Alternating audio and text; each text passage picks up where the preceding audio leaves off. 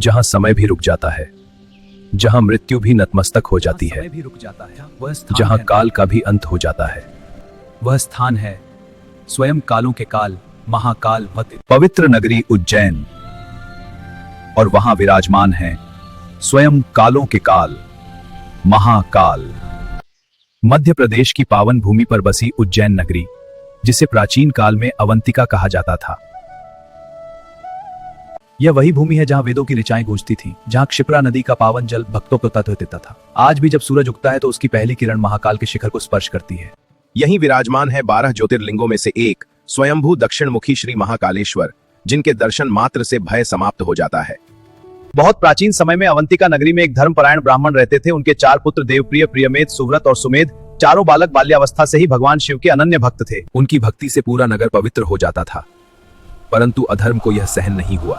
रत्नमाल पर्वत पर रहने वाला दूषण नामक राक्षस, जिसे वरदान प्राप्त था कि कोई देवता उसका वध न कर सके, वह घमंड में चूर हो गया। अब इस भूमि पर कोई यज्ञ नहीं होगा, कोई शिव की पूजा नहीं करेगा।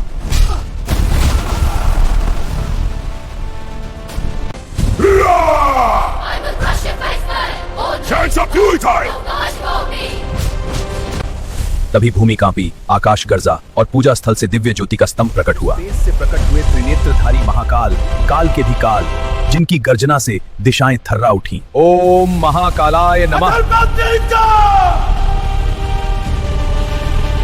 अधर्म का अंत निश्चित है।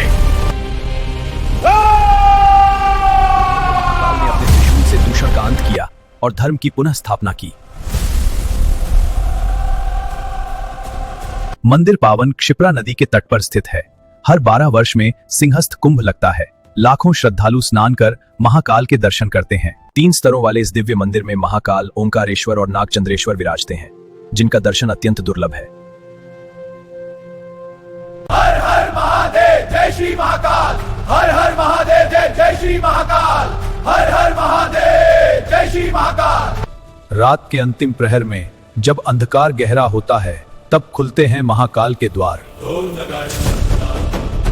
प्रातःकाल की भस्म आरती में महाकाल को भस्म से अलंकृत किया जाता है, जो जीवन की नश्वरता का स्मरण कराती है।